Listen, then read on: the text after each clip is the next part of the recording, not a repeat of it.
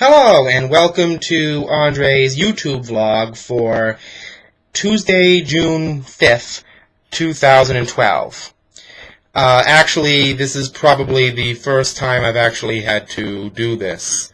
I already basically posted this vlog yesterday, but it failed miserably.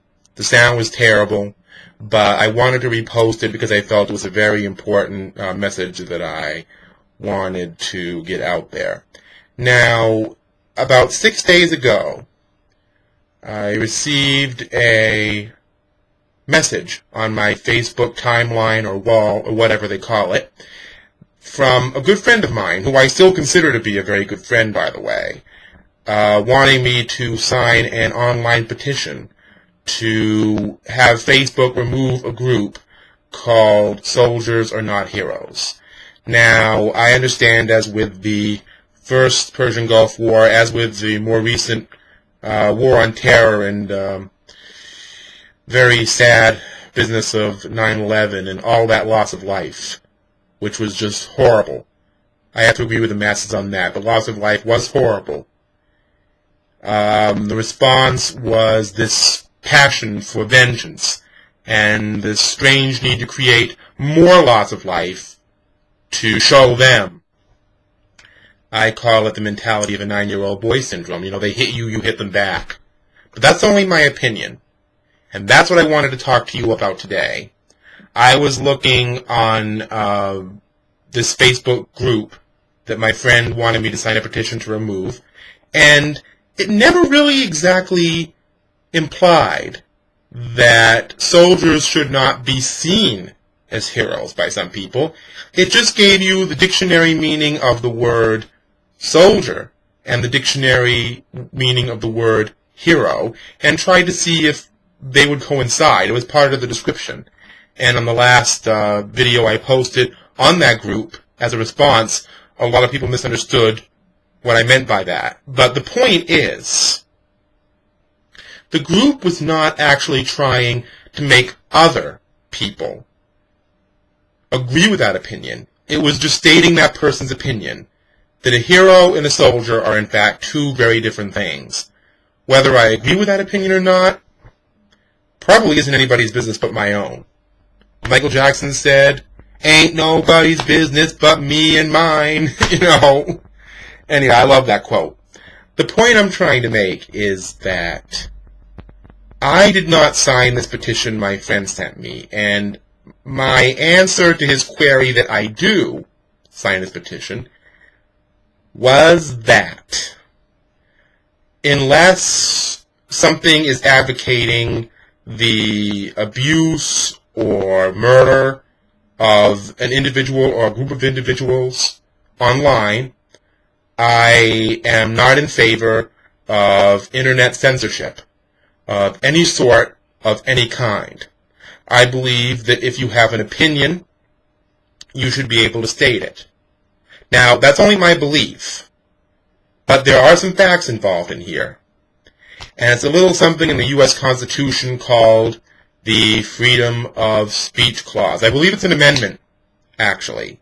I should really read my Constitution a lot more often. I think we all should. Lesson for me and for you. I mean, if we found out what our rights were and what they weren't, you might be surprised, but I know that there is definitely freedom of speech in the Constitution.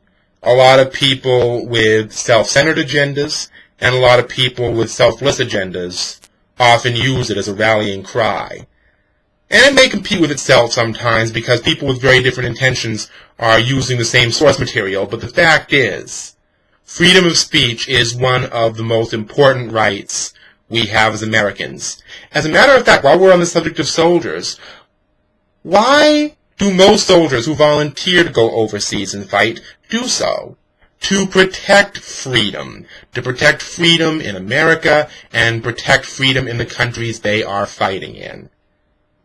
So, that being the case, why would anybody, soldier or otherwise, want to take away a person's freedom to say what they want in a harmless way online when they're in the land of the free? And that's all I have to say about this entire issue with the petition to get this Soldiers Are Not Heroes group off Facebook. It's a contradiction and a liability. That's the key. And the simple way of looking at it would be this. I'm going to edit this quite a lot, but there's an old statement out there. Opinions are like your bottom. Everybody has one. And there are a lot of opinions out there that I do not agree with that are expressed on Facebook. And do I think they should be there? Absolutely. Especially the point of view I don't agree with. Because that's America. That's the America that is worth fighting for. And not with a gun, but with the pen. It's an old saying, the pen is mightier than the sword. And I think that there's a lot of people out there who would tend to believe that it's more important to defend the right of a person who fights with a weapon, a gun or a knife, than defend a person who fights with their mind, with a pen or paper or a blog. I just think that it may symbolize a certain point of weakness in people, that they don't mind defending freedom. It's just a difference in the way we choose to defend it. It's an issue that crisscrosses and goes all around and comes back to meet somewhere in the middle. It's like a concentric circle. You start at one end and it comes down to the other. Same way you look at it.